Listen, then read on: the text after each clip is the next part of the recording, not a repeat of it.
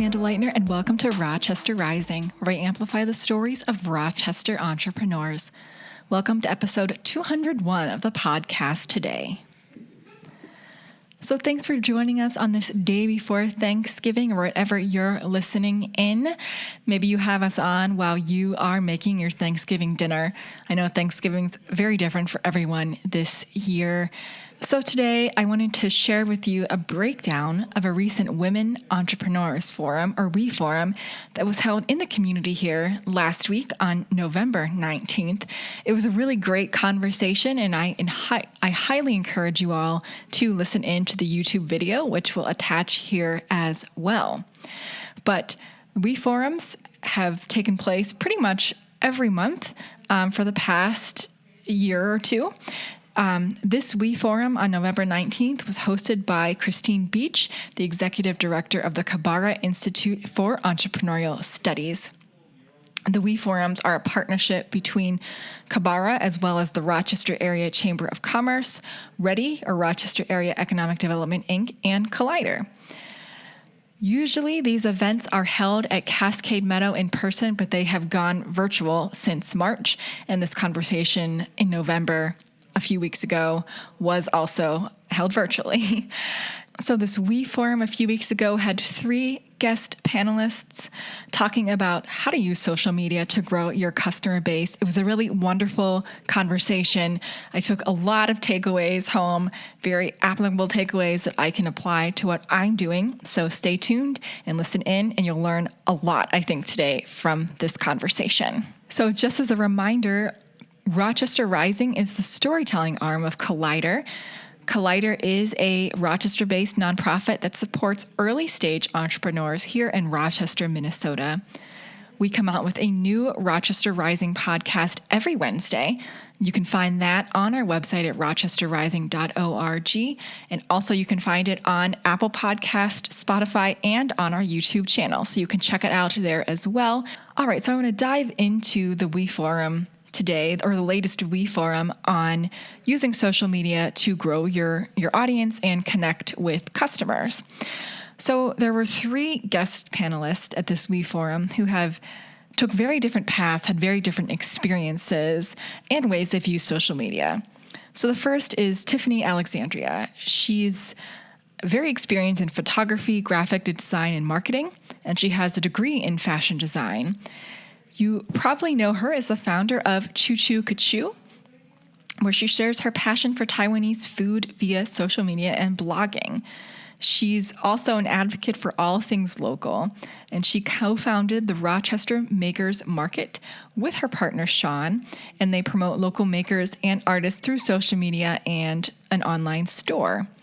When she's not working on these projects, she helps manage Rochester Farmers Market and Sherpa's social media accounts. Also on the panel was Shari Mukherjee.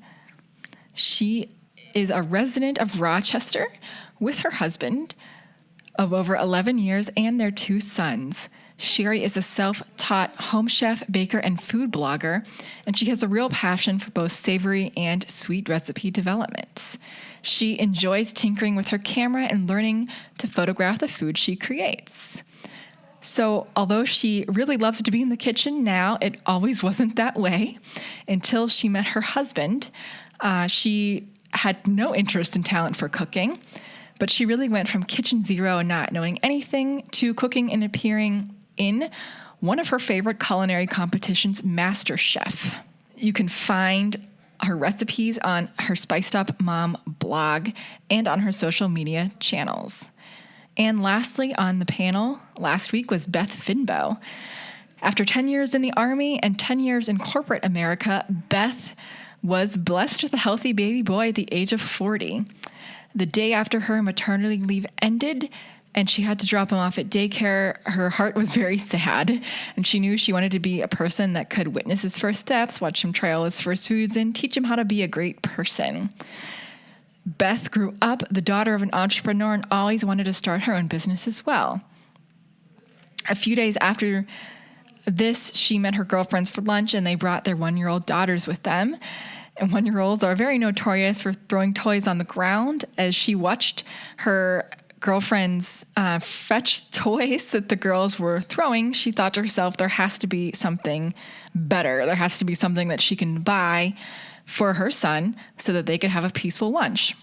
But when she went to look for something that could solve this need, she couldn't find anything. Then she had her own brilliant idea that popped into her mind, and since then she's been working hard to make the Busy Baby Mat a reality and reduce the stress with infants and toddlers. So recently, her business has taken off, and she credits much of it to social media efforts.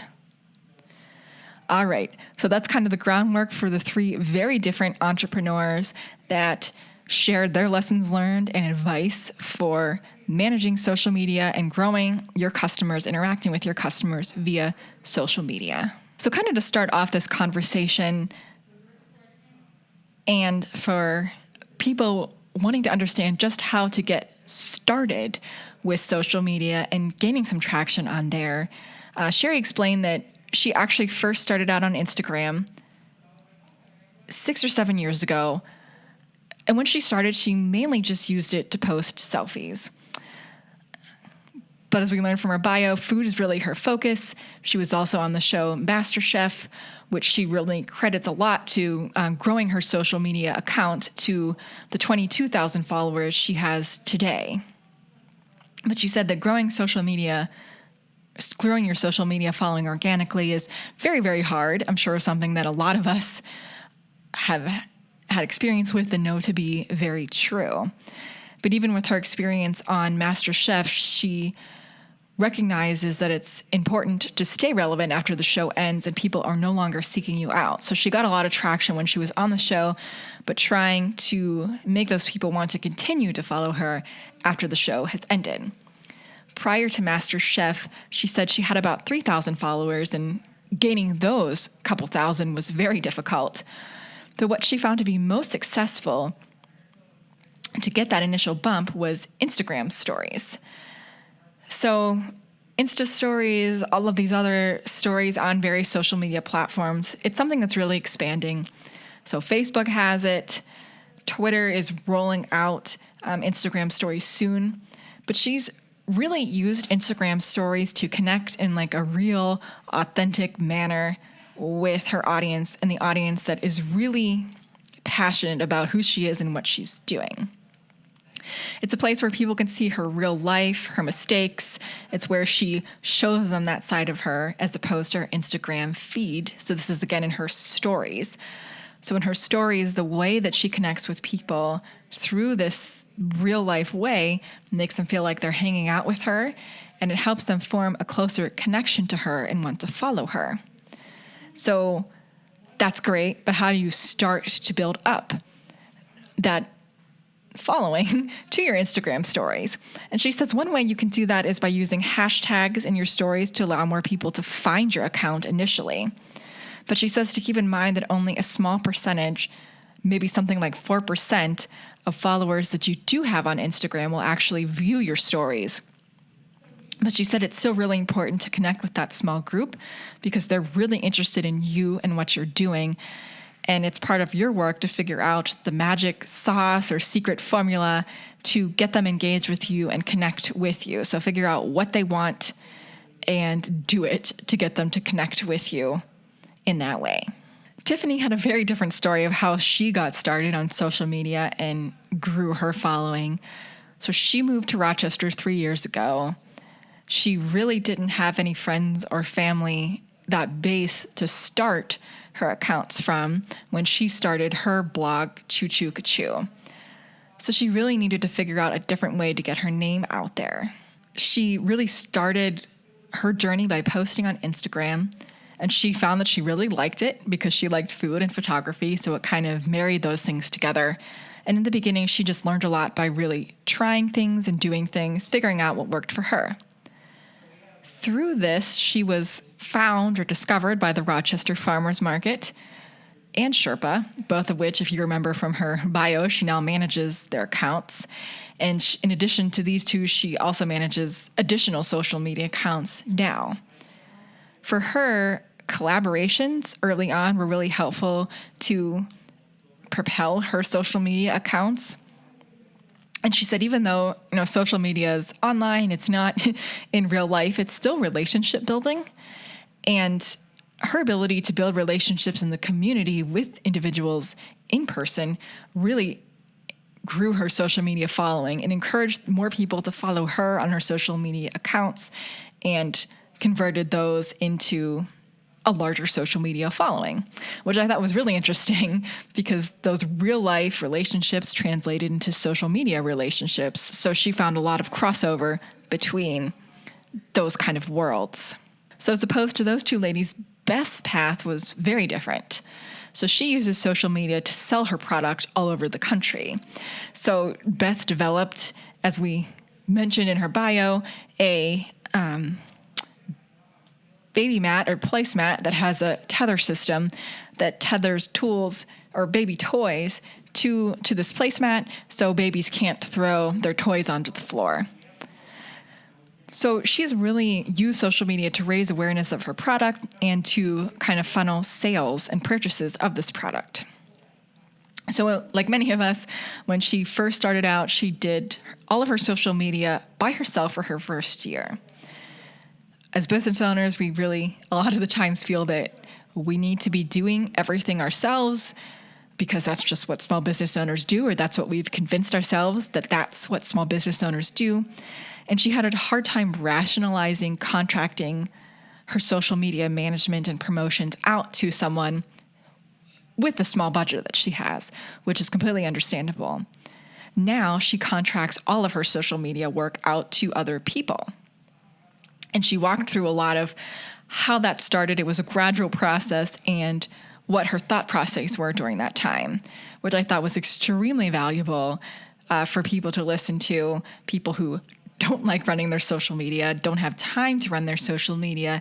Here's an example of someone who did not enjoy doing their social media at all, felt that they needed to do it, but when they contracted that out to professionals, really saw their sales grow exponentially and have that pay for itself.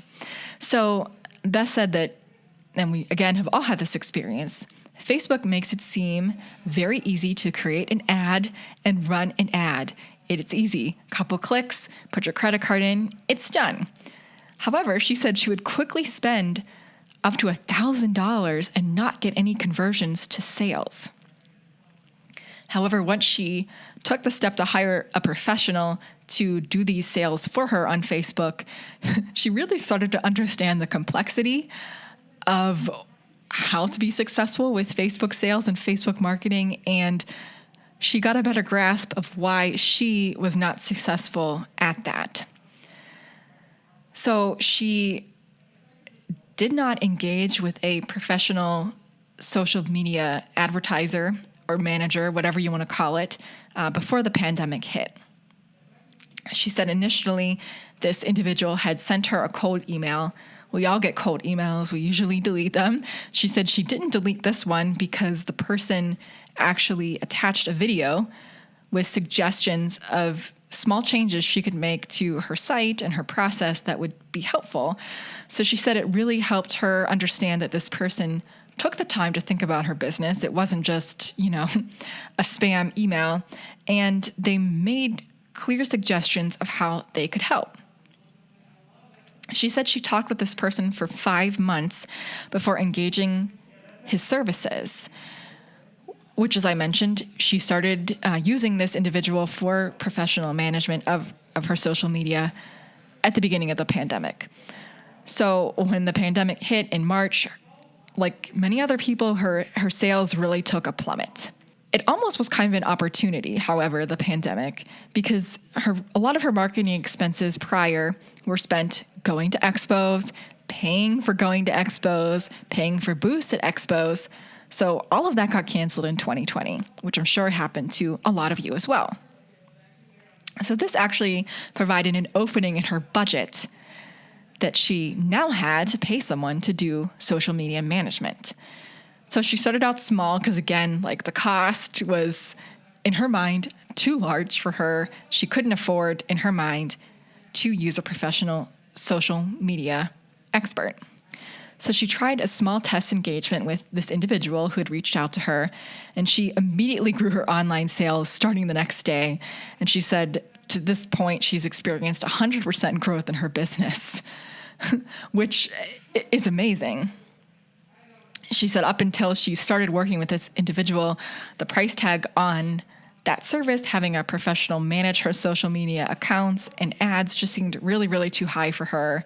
But she said after seeing what it could do, she really wished she would have engaged with the professional months prior, because the growth this individual was able to achieve for her financed itself very easily.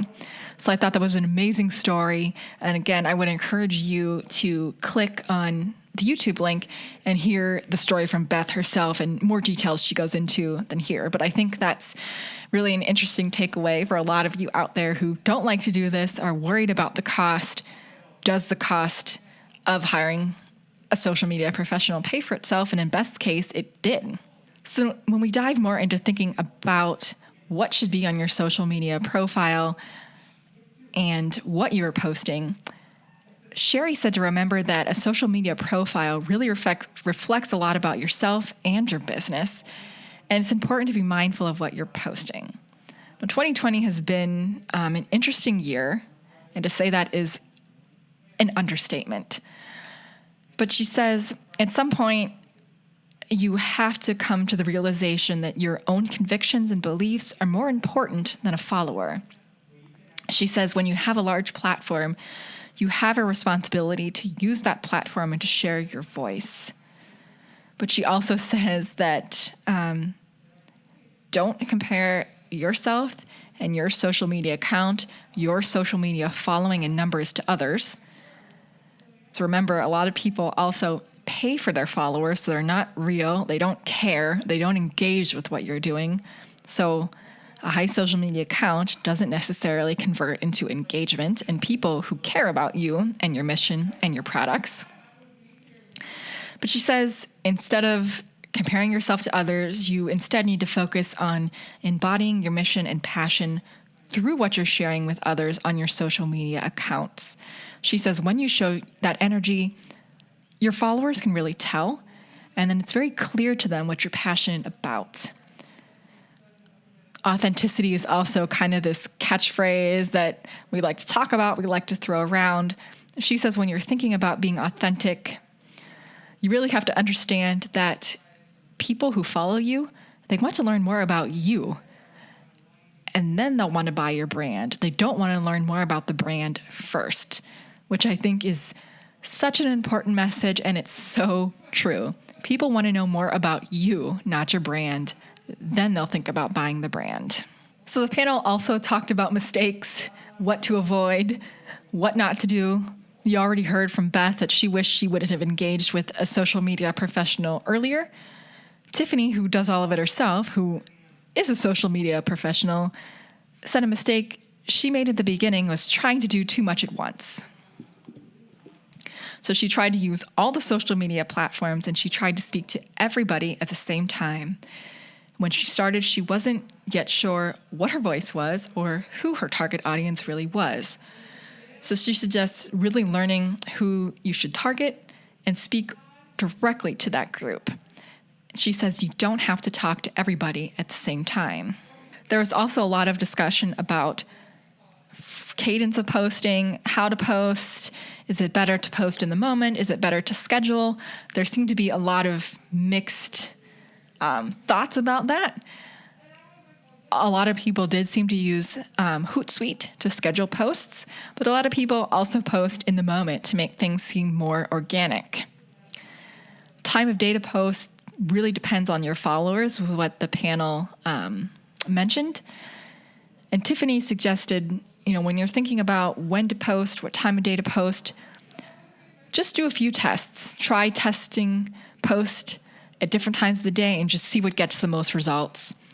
And just go with that, because everyone's social media following and their audience is different, and they'll be engaging at different times of the day. So lighting and cameras, a big thing on a lot of our minds when we are using social media, especially Instagram.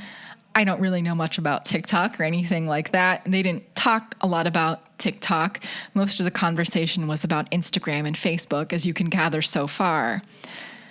So when thinking about photography, Shari said that really anyone can create good photos. You don't need the best equipment ever. She said she uses a camera that's over 10 years old and uses her phone a lot of the times. Cameras on phones have gotten so good these days. It's amazing how great the photography could be without you really knowing much about photography. There was a lot of discussion about lighting. So natural light, obviously the best kind of light, if you can find it. Well, not if you can find it, but if you can take photos during the daylight, which isn't always a possibility, especially as we're entering into fall and winter time when it gets dark at 4 p.m. So if you can take photos during the daytime, find a window. Shari also suggested, when you're thinking of a backdrop, you can just get a big piece of whiteboard that you can get from the dollar store and use that as kind of a backdrop for your object, for whatever you're taking the photo of. If you need to use artificial light, you can get a light box. There's a lot of them available on Amazon. When you're doing that, you really have to be careful about shadows. I've had that experience. Light boxes are great, especially when you are not great at photography, but shadows are an issue. She also suggests making sure your lenses are clean. Seems simple, but I have done it many times, especially on your phone, with your fingers smudging up the lens. And one key thing Shari mentioned was think about the composition of the photo when you're taking it. If you don't really know what that means or aren't familiar with it, it just means think about what else is in your photo and how it's laid out. Think about themes of what you want to convey in the picture. She suggested as well thinking about having maybe a hand or an arm in the photo because it adds some connection so people feel that there's a person behind the product. So now that I mentioned this, you'll start seeing this everywhere, which is what happened to me when I learned about composition and staging. So now you'll see it everywhere. So thinking more about mindfulness of posts and what gets engagement, I found this to be true as well, so I think it's very general advice. Shari said even the most beautiful picture of food will not get as much engagement as a photo of herself. So really driving home that people care more about you. They care more about the person behind the business. She said when you're thinking about how long it takes to post, how to kind of manage your time or budget your time with that, for her, when she's posting in her Instagram feed, she says it takes at least an hour for the whole process from start to end. An hour from taking the photo to editing, writing the caption. This isn't even counting her time making the food. So there is a lot of time involved in making a thoughtful post. Along those lines, she said to remember that content is not free. Whether you're creating content for others or others are creating content for you, know the worth and the time involved in that process. She said to understand if you're hiring someone or if you are being hired, you're not just being paid for time or you're not just paying for time. You're hiring or being paid for your knowledge and expertise as well. She said it's critical to know what your worth is and to charge for that worth, which is something that's very hard to do for a lot of people. But she says, really take the time to think about that and figure it out. She said you might think that you're charging a lot, but when you charge at your worth, it really opens up a pathway to you getting more quality work. So key advice. So at the end of this conversation, Tiffany was answering a lot of different questions that came up from the audience, and I'll run through some of them here because I think they're probably of high interest to you all as well. There were some questions around how to balance engagement with posting. So a lot of us know that we obviously need to be posting to our social media accounts, but it's also important to engage with our own accounts and people who are commenting, and also to engage with other people's accounts. So the question was around how do you balance doing both of those and not become kind of overwhelmed? Tiffany said it's her goal to post 3 times a week on her accounts. And then after she meets that goal, She allows herself that time and space to respond and engage all that she wants on her own account or on the accounts of others. So I thought that was some good advice.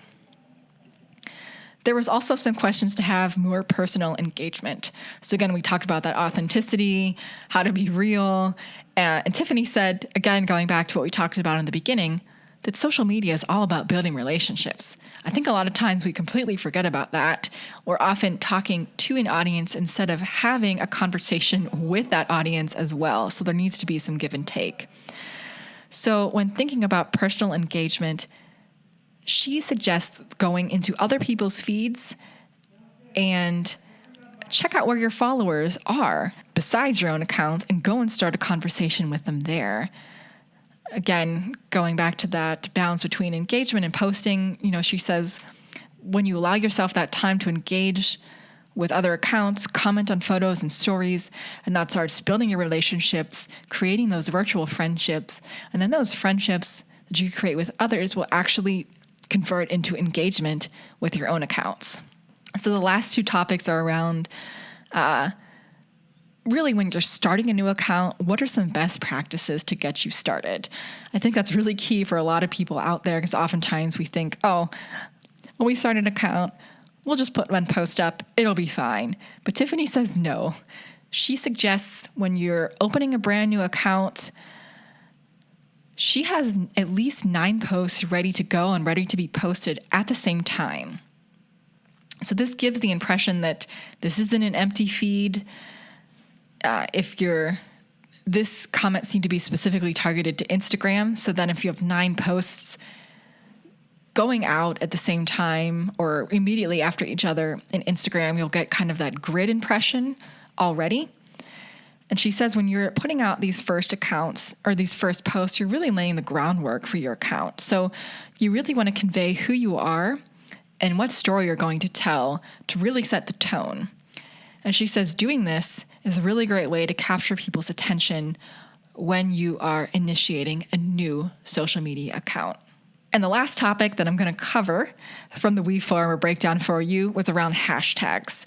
So again, this was some advice from Tiffany, which I found very useful because I think I'm doing it wrong.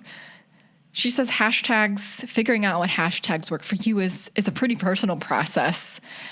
She suggests that people keep looking for new hashtags to use. She said when you keep using the same hashtags, Instagram will actually think that you're spamming a certain category and it will decrease your engagement, which I did not know.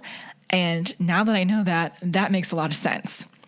So she says for her, she actually has 4 groups of 30 hashtags that she rotates through so that she doesn't have to come up with new hashtags and new ideas every time that she's posting. So great advice from all of these women. This was a really fantastic conversation. Thank you to the Kabara Institute for organizing this and bringing this event forward in the community. Again, highly encourage you all to listen in to the YouTube link that I will provide in the show notes of this webinar. It was a really wonderful conversation. I know I learned a lot from these women entrepreneurs building things right here in Rochester that I could definitely apply to what I am doing today. And I hope that you all learned some things that you can apply to your business accounts as well. I also highly encourage everyone to follow not only the social media accounts of these women, but of We Forum. So you can follow in We Forum at We Forum RochMN on Facebook, and I will put that link in our show notes as well. So the We Forum is taking a little bit of a break for the holidays, but it will come back in January with monthly programming for women entrepreneurs here in Rochester. So check it out. The best way is probably to follow the We Forum Facebook page, but you can also sign up for the Collider newsletter and you will be updated when programming like this comes out in the community. So you can sign up for the Collider newsletter on our website at collider.mn. I really suggest that you do that because you can then keep up to date with all of the podcasts that we have on Rochester Rising, all of the stories that we share on our Rochester Rising website, as well as any other news, events, and programming going on in the entrepreneurial ecosystem here in Rochester.